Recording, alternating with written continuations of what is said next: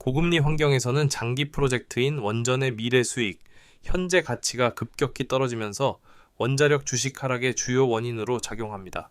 할인율이 금리에 따라 변동하는데 예를 들어 1%에서 5%로 상승할 때 2035년에 예상되는 100억 원 수익의 현재 가치는 90억 원에서 60억 원으로 줄어들어 투자의 매력이 크게 감소합니다. 이러한 금리 상승은 원전의 LCOE, 즉 발전 단가를 크게 올리는데 라자드 분석 결과 금리 상승 시 퍼트의 원전의 LCOE가 다른 에너지원 대비 가장 큰 폭으로 증가하는 것으로 나타났습니다. 과거 2008년 금융위기 당시 보글 원전 프로젝트는 프로젝트 파이낸싱 금리 폭등으로 인해 중단 위기에 빠졌습니다. 이 사례는 UAE 바라카 원전 프로젝트의 기반이 되었고 금융 리스크 극복 과정을 통해 원전 프로젝트가 겪는 데스밸리, 즉 기술 개발 후 매출 발생 전 적자 구간을 잘 보여줍니다. 하지만 지금은 IRA 정책 같은 정부 지원으로 과거와 달리 무너지지 않고 있습니다. 반면 SMR 기업 뉴스케일은 2025년 3분기 매출 810만 달러에도 불구하고 순손실 2억 7,300만 달러를 기록하며 계속된 증자로 인해 투자 위험성이 커지고 있고 이 증자는 기존 주주의 가치 희석을 불러 투자자들의 불안감을 키우는 상황입니다. 또한 원전 사업은 규제와 긴 공사 기간 때문에 테슬라처럼 데스밸리를 통과한 후 급성장하는 사례와는 달리 투자자의 신중한 접근이 필요합니다. 정책 불확실성도 심각한 문제입니다. 정부 지원에 크게 의존하는 산업 특성상 정책 변화는 투자와 성장 전략의 불안정을 초래합니다.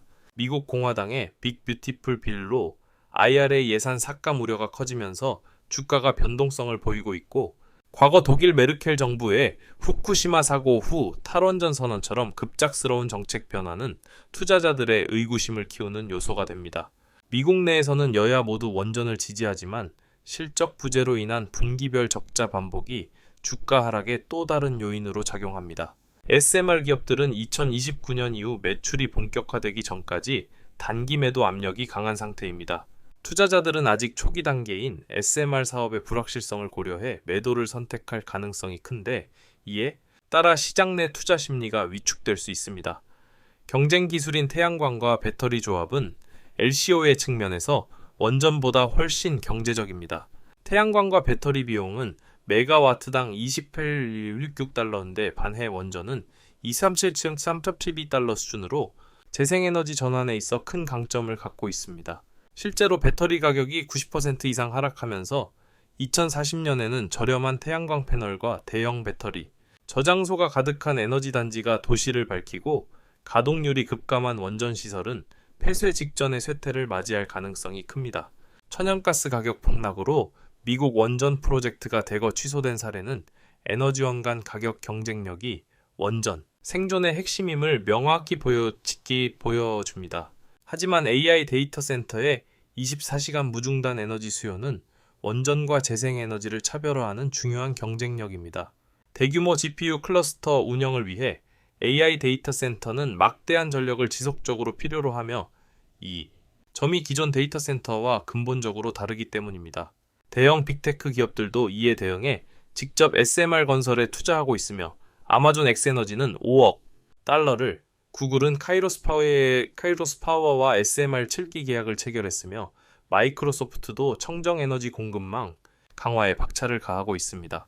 빅테크 기업들은 2040년까지 원자력 용량 10기가와트를 확보하기 위해 300렙급 SMR을 30기 이상 도입해야 하며 미래 거대한 에너지 시장을 주도할 준비를 하고 있습니다.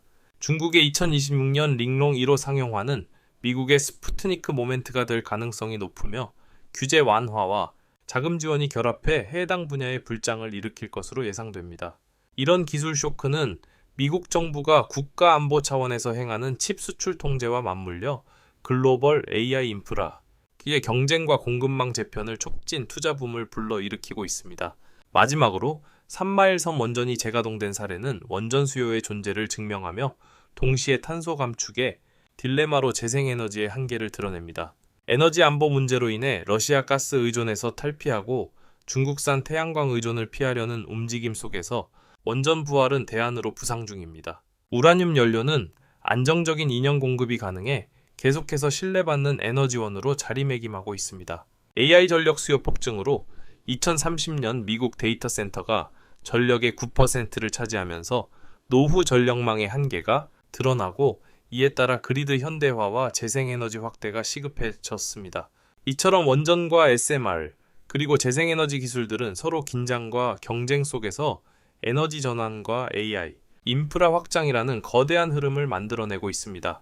투자자는 단기적 변동성에 휘둘리지 말고 뉴스케일과 두산, 우라늄 ETF 등 분산 포트폴리오를 구성해 장기 흐름을 견디며 수익을 극대화하는 전략이 필요합니다. 지금의 하락장은 성장통일 뿐으로 AI 수요와 탄소 중립, 에너지 안보 이슈가 원전 산업의 필수성을 더욱 강화하기 때문입니다. 이런 환경에서 장기 투자로 하락장 매수를 실행한다면 10년 후 후회 없는 큰 성과를 얻을 가능성이 큽니다. 2028-2030년 시장의 재평가가 예상되며 투자자는 지금부터 꾸준한 관심과 준비로 미래를 대비해야 할 때입니다.